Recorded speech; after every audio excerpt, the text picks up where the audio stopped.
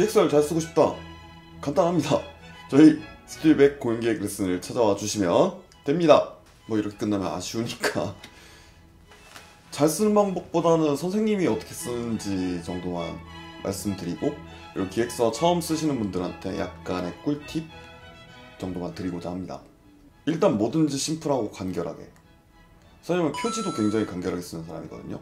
물론 다른 데서 요청이 들어와서 좀 화려하게 해달라고 하면 그때는 표지를 좀 화려하게 하지만 평소에는 굉장히 심플하게 하는 편입니다. 우리 막 흰 티에 청바지라고들 하잖아요. 패션에서 심플한데 굉장히 매칭하기 어려운 조합을 얘기하는데, 기획서도 마찬가지로 심플하게 하는 게 굉장히 어려운 작업이거든요. 근데 왜 그러냐면 선생님도 디자인 센스가 굉장히 없는 편이에요. 막 색 조합이라던가 아니면 폰트 매칭이라던가 이런 것들을 참 잘 못하는 기획자인데, 그렇기 때문에 조금 더 단순함에 좀 초점을 맞춰서 기획서 디자인을 하는 경향이 좀 있어요.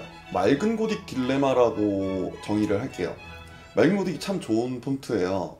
물론 선생님이 2015년까지만 하더라도 사실 고딕체를 디자인물이라던가 기획서에다가 녹이는 걸 별로 좋아하진 않았거든요. 기획자들 사이에선 좀 편견이랄까요? 좀 성의 없어 보인다 이런 느낌을 주는 게 없지 않아 있었는데, 지금은 좀 달라요.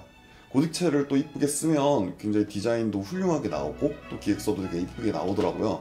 그래서 선생님은 맑은 고딕을 굉장히 많이 쓰는데, 초보자분들이라면 맑은 고딕은 웬만해선 지양해주세요. 그리고 초보자들이 좀 많이 하는 실수고, 선생님도 실제로 초보자일 때 많이 했던 실수인데, PPT 슬라이드를 많이 늘리려고 하지 마세요. 즉 엄청 많은 내용들을 집어넣으려고 하지 마세요. 이마저도 간결하게 해주셨으면 좋겠어요. 옛날에 선생님도 PPT 슬라이드 막 40장, 50장, 많게는 막 100장, 200장 이렇게 넘어가면 괜시리 뿌듯하고 괜시리 잘 만든 것 같고 하는데, 실제로는 가독성 진짜 떨어집니다. 100장, 200장 되잖아요? 그러면 어느 순간 그걸 볼 사람들이 이제 집중을 못하게 되더라고요. 예전에 노트북 설명할 때 기획은 기동성이라고 했잖아요. 또 다시 얘기하자면 기획은 되게 속도전이거든요. 기획서가 막 100장, 200장 된다 그러면 그게 속도감이 생길까요? 그리고 기획서를 할 때는 두 가지 타입이 있는데, 일단 내용부터 먼저 구성해서 만드는 타입이 있고 목차부터 먼저 설정하는 타입이 있는데, 선생님은 내용부터 구성하는 타입이긴 해요. 근데 초보자들이라면 목차부터 구성하시길 권하고요. 그리고 기획 의도를 써버릇 하시는 걸 권합니다. 선생님도 생각보다 현장에서 기획 의도 잘 안 쓰거든요. 현장에 조금 나가본 사람들은 공감할 거예요. 생각보다 기획 의도 많이 안 쓰더라고요. 근데 써버릇하라고 한 이유는 첫 번째가, 그래도 사업에 따라서는 결국 쓸 일이 올 겁니다. 근데 잘 쓰지 않다가 쓰면 굉장히 어색하고 굉장히 좀 어렵거든요.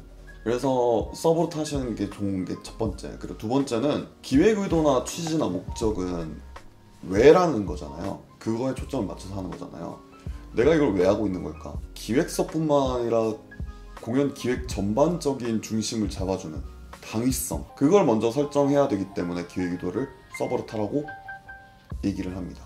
이걸 써버릇하면 나중에 이제 뭐 입사 지원서 쓸 때나 이럴 때도 지원하게 된 이유 이런 거 쓸 때 생각보다 좀 쉬워질 거예요. 기획 의도를 쓰는 걸 연습한다면 말이죠. 자, 뭐 간단하게 팁을 알려드렸는데, 물론 이 팁을 가지고 기획서를 잘 쓰는 건 좀 어렵습니다. 그러니까 스킬백 공인기획 레슨을 찾아와 주시면 농담이고요. 일단 한번 부딪혀 보시고, 부딪히면서 선생님의 팁을 적절히 활용하셔가지고 최대한 깔끔하고 최대한 완성도 높은 기획서를 만들어 버릇하면 지금 당장은 잘 쓰지 못하더라도 점점 실력이 향상될 겁니다. 그리고 그 실력을 바탕으로 선생님과 현장에서 만나서 선생님을 굉장히 당황시켰으면 좋겠습니다. 신입인데 이 정도의 기획서 능력을 가지고 있단 말이야? 라고 말이죠.